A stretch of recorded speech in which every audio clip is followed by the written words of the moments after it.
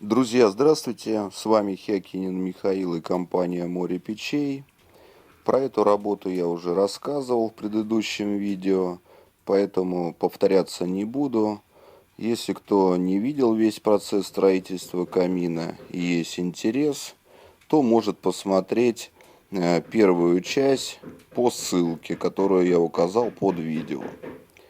Построили мы этот камин в октябре, и после нас сразу стали проводиться ремонтно-отделочные работы помещений другими строителями. Поэтому покрыть защитным лаком штукатурку не было возможно.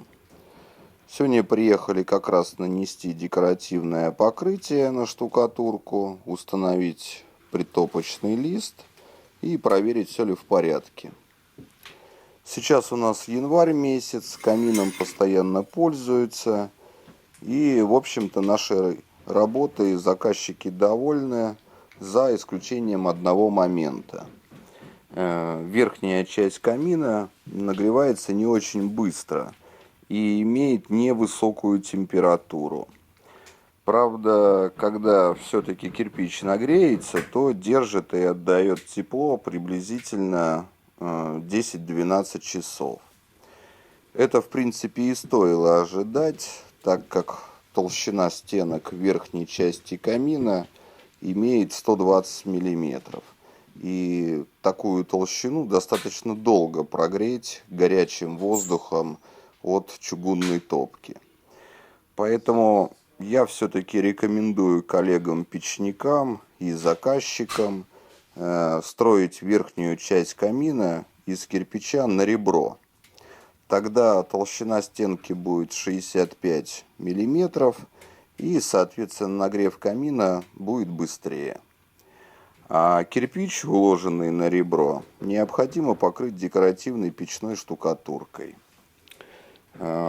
Мастер-класс нанесения штукатурок для каминов и печей смотрите в ближайшем видео, где я буду отделывать камин и делиться с вами своим опытом. Этот камин имеет тепловой щиток, который выходит в другую комнату. Щиток покрыт также штукатуркой Витонит Антик Декор. И давайте проверим надежность покрытия спустя 3 месяца эксплуатации. Посмотрим поближе.